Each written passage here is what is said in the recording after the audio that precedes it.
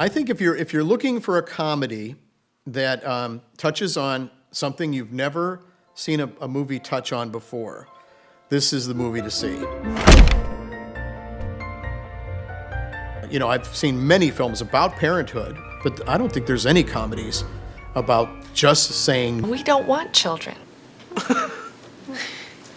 You don't want children? Well, I play a woman named Rachel Brooks.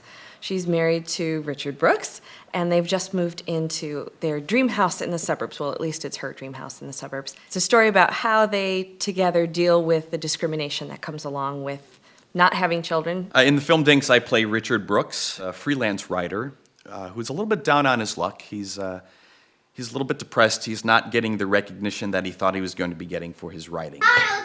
No, I don't think it's the best thing I've ever done. No. The movie's about this writer. He's been writing for a long time, and his wife gives him license to go ahead and pursue his dream as a writer. It was hard watching you, day after day, keeping us financially afloat, while still having faith that I would one day make it. He's trying his best to get recognition as a writer, and everybody makes fun of him. You're a writer, right? Yeah. What kind of do you write? Sorry. I'm sorry, did I say I meant stop. My role is Skylar, and I am the neighbor of Richard and Rachel. He's married happily with 2 children. Tends to be a little sarcastic and obnoxious. Skylar, What? you're saying the F word a lot, and you're getting louder. There's no kids around? People can hear you. I'm sorry. I think him and his wife kind of think that they have the whole parenting thing right, and if anybody wants to know how to do it, they should look to them. Children are a lot of work. But you guys wouldn't know anything about that. It's called contraception. Richard. I'm sorry? He finds something he can write about that people are interested in. I'm gonna keep writing about D.I.N.K.s and see what happens. There's a scene where Richard Brooks is surrounded by people in a coffee shop. Parents not paying attention to what their children are doing. This is a public place. And the employees just let it happen. The cup of coffee was flying all over. I slapped it with my hand. To the big island. Look at this. Me and Dylan were like playing a game, and then I ran over to David and hit him. Simon says to hit the man's leg.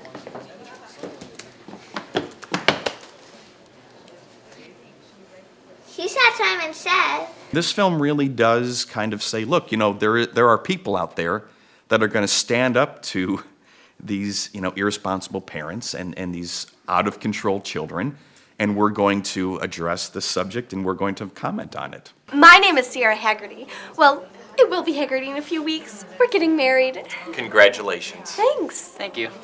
Not now.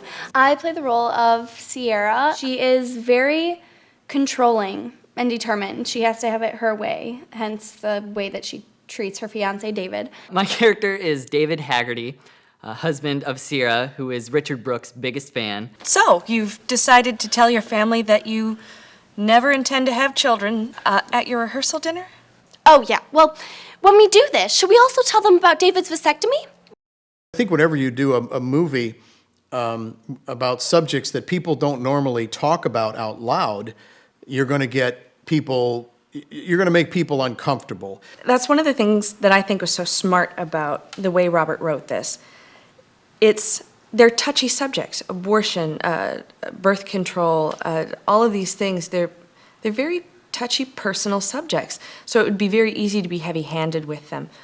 But Robert was skilled enough in his writing to create moments of broad comedy in there too, and it not only gives a counterpoint to those more serious moments so that it brings those out a little bit more, but it also gives the audience a break.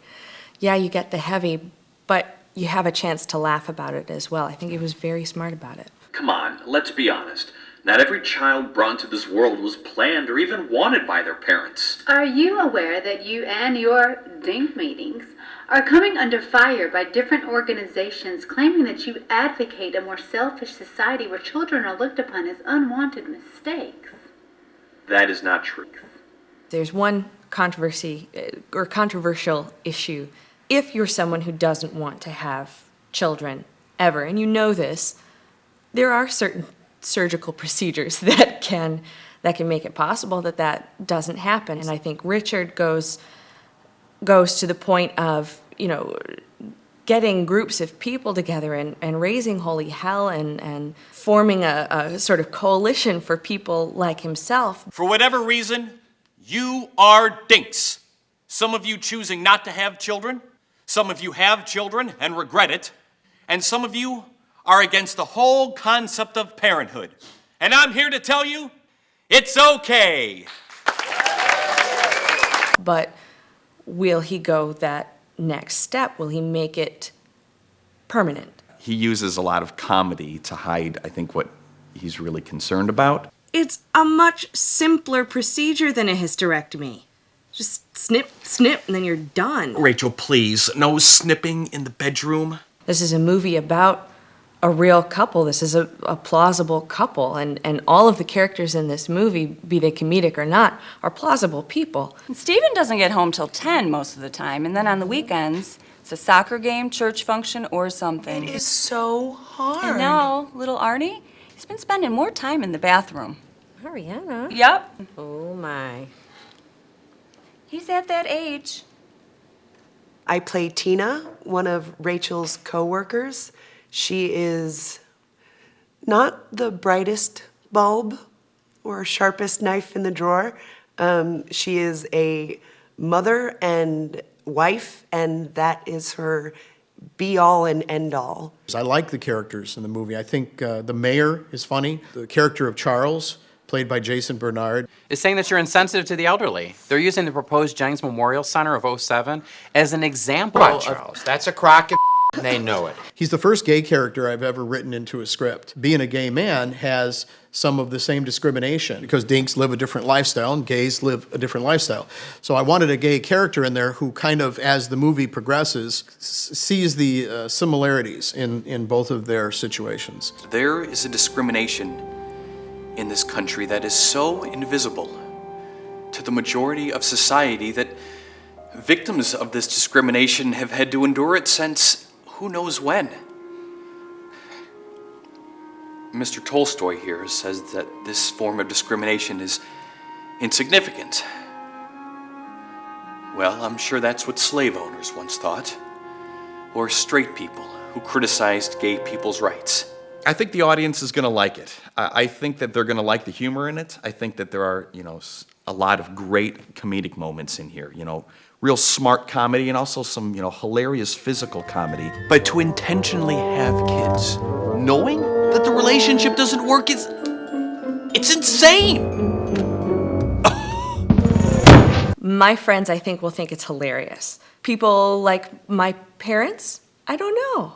I don't know what they'll think of it. I think the audience is going to really be astounded with how good it is. So I think when the audience sees the film, if there's people out there that are in this group of dinks, they're going to feel finally somebody to see my viewpoint. I think there's going to be a lot of audience members who will say, you know what, I've always felt that way about certain things, but I've always been too afraid to say something. I think they're going to have a great time. And I don't think they're going to realize until maybe 20 minutes after they walk out of the theater that it's actually dealing with something, with such a subject that makes them think. It's been the best, without a doubt, the best cast I've ever worked with. I think I've got lots of fantastic memories of working on the movie, not necessarily in the movie. I had an awesome time filming it. It's a great concept, a great idea and story. This film was done in a very short time, very compact. We put a lot of work into it for a short period of time and did it, I think, really well. We had a lot of fun on camera and we had a lot of fun off camera. Oh, I had a great time.